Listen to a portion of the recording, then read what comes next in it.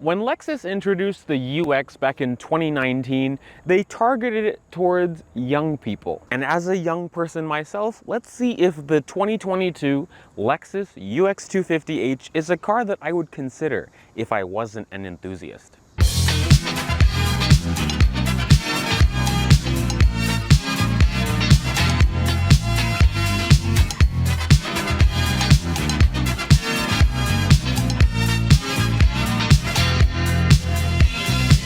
So yes, this is a 2022 Lexus UX250H, and this one is the luxury trim. So you could get three different trims. There's the base, F Sport, and luxury. This one, as it sits here, is right around $43,000, and it is fully loaded. It has almost every option that you could get on the UX250H, but $43,000 is pretty steep.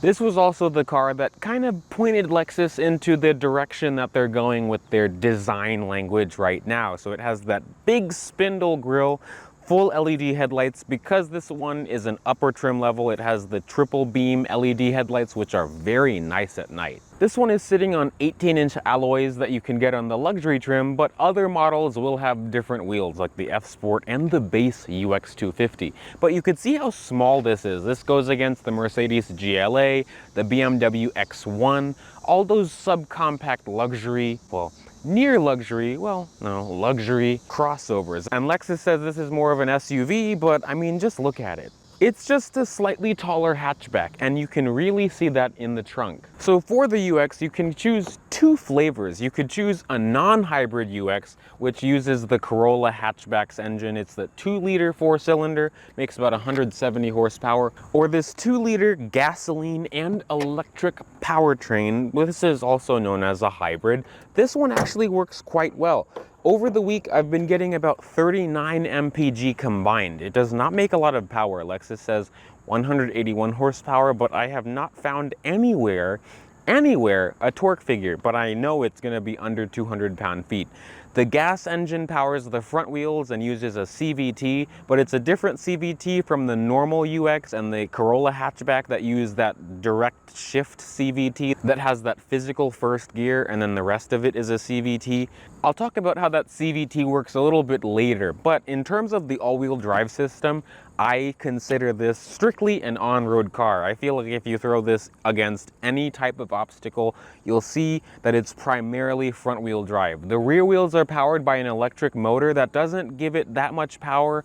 You do notice it in, the rain. I'm curious to see how this would do in snow, but this is not any type of soft roader or off-roader. Maybe I can get a wheel up in the air? No?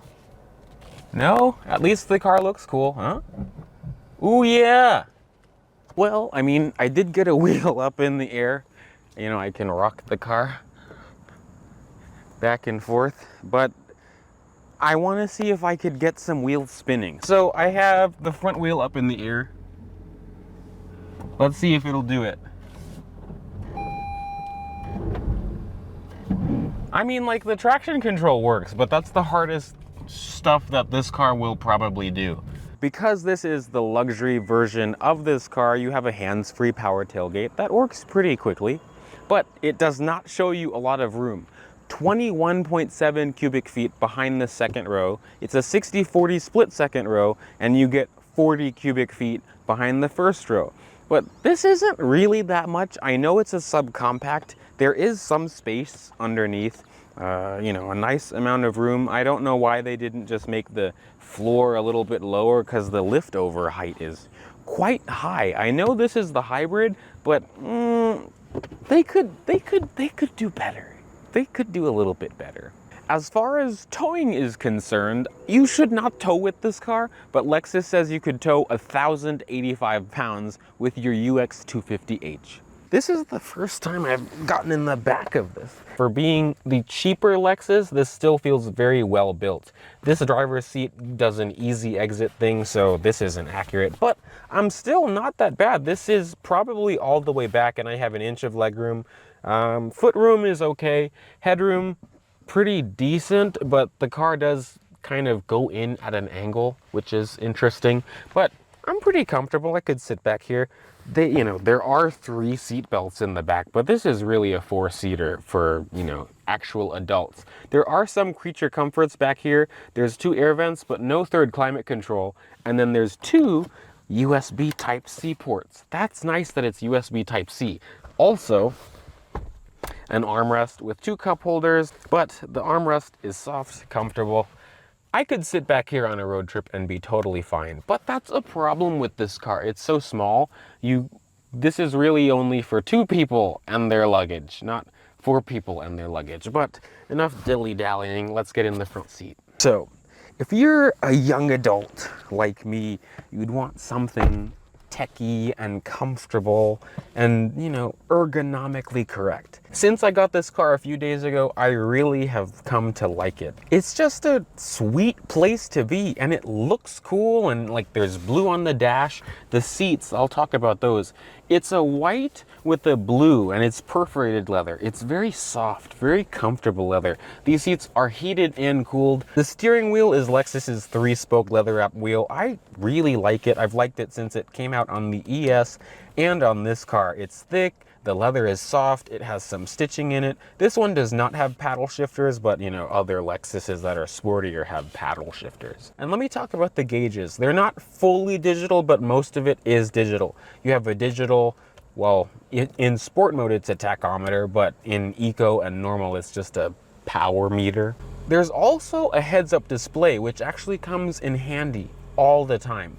Right now it's showing the compass, what gear I'm in, so if I'm in drive or park, the speed I'm going, and then also the same power bar that's on the gauges. Something else that I like about this heads-up display is that it shows the music when I'm changing it, which is very handy, so I don't have to look at my phone or look at the center screen. But speaking about that center screen, it's a 10.3-inch display. It uses Lexus's trackpad, which I've gotten used to it. If you own one of these, you'll probably get used to it, but it's not that great to use if you're just getting into it, because there was a bit of a learning curve. I felt a little bit old not understanding everything immediately. But it has Apple CarPlay, Android Auto. This one has built-in navigation, which does work pretty decent, but I just like using my Google Maps.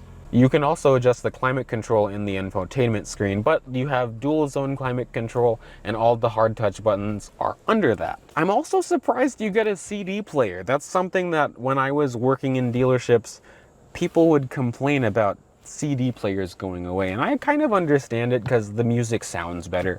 I also wanted to talk about the audio system in this car. It's not bad, but it's also, I've heard better. It just doesn't have that solid sound that you get from the Bang & Olufsen and even Mark Levinson systems. This one does not have any upgraded audio systems. But if I put it in reverse, it's funny the noise the car makes. I hope that the mic is picking it up. But you have a backup camera. Now, Lexus's current backup cameras have always been kind of underwhelming. The quality is okay. You have lines that steer with the wheel on both sides, and then you can change the view. You have physical buttons for the temperature controls for each seats, and you also have a heated steering wheel. This thing gets hot. If it was wintertime, I'd love it. Underneath all that, there's a 12-volt power outlet, 2 big cup holders. Well, they're, not huge, but they're a lot better than I'm used to my 2001 GS. So old Lexus cup holders are tiny.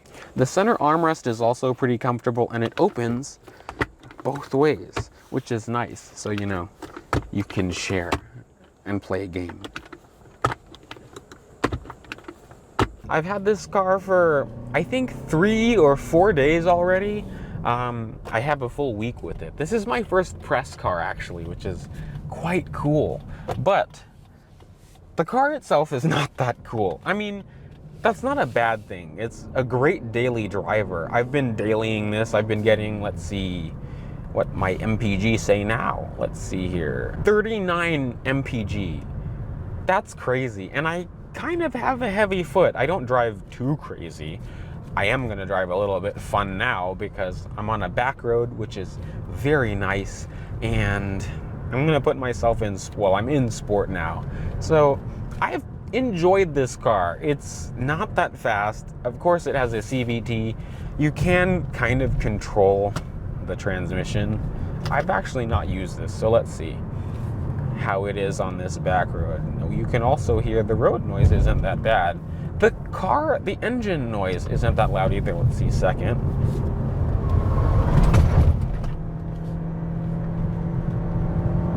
Wow.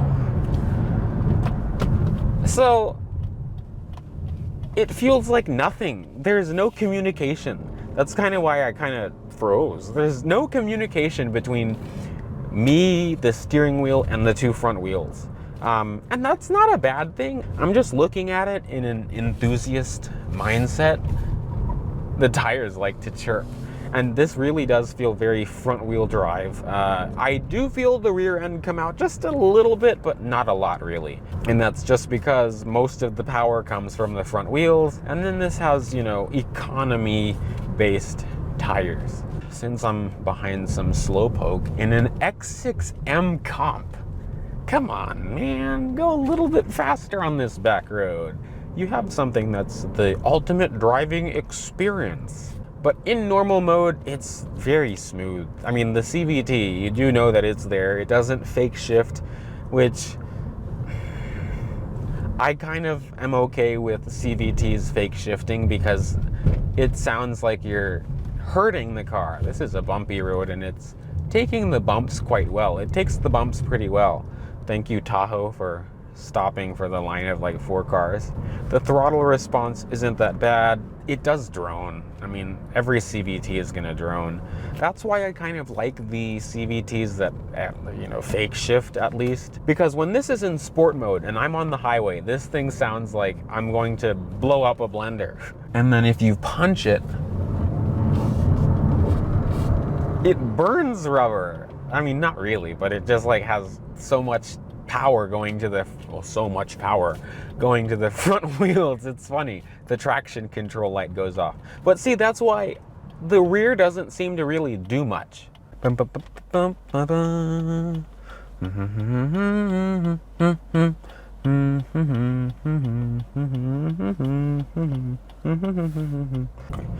gonna turn off traction control and then put it in sport, and let's see.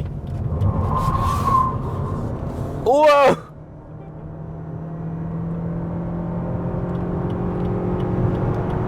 I mean, it's not terribly slow. Like, it gets up to speed, and at speed, I'll put myself back in normal mode, turn traction control off. Oh, the brakes are good. This does regen braking, which is nice. Let's see how it takes off. This is like half throttle. It's not bad. This is not gonna throw you in your seat at all, but this is a good car for MPGs. That's why you get this car. It's luxurious, comfortable, and reliable. I'm gonna get on the highway, but I'm not gonna put myself in sport mode because there's no point. But let's see how it takes this corner.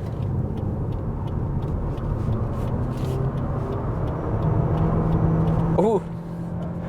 Traction control. This is like, it's, I mean, you can drive it to have fun, but this is not a fun car.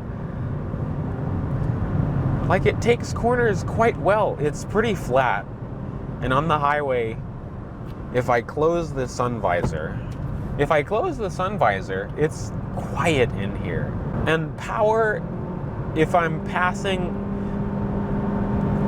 you know, doing higher speeds, it's not bad, but it just, the engine sounds it sounds like I'm gonna break it, and that's why I don't like CVTs, but I do get how they're economical. Okay, let's see. There's some torque steer too. It does play with, like, it does mess with the wheel a little bit. Why are people going so slow? Makes no sense. Welcome to my town. This is funny, people looking at me when I chirp the tires with this. But that's why it's just very front wheel drive. I'd like to see maybe in the winter time how this would do in the snow, if the rear wheels actually help it at all. Because in the dry it doesn't feel like it. So I don't know how it would be in slippery conditions. The UX250H. Is this the car for young people?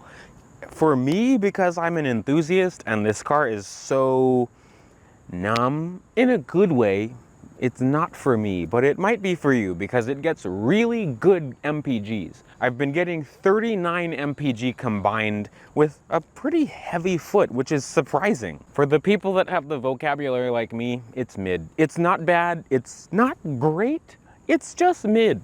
And that's kind of what makes this car itself. But enough weird observations and weird sentences that don't make sense. I'll see you in the next video. Thank you for watching, liking, commenting, and subscribing, and just all the support you've been giving me recently. I'll see you in the next video. Bye, peeps.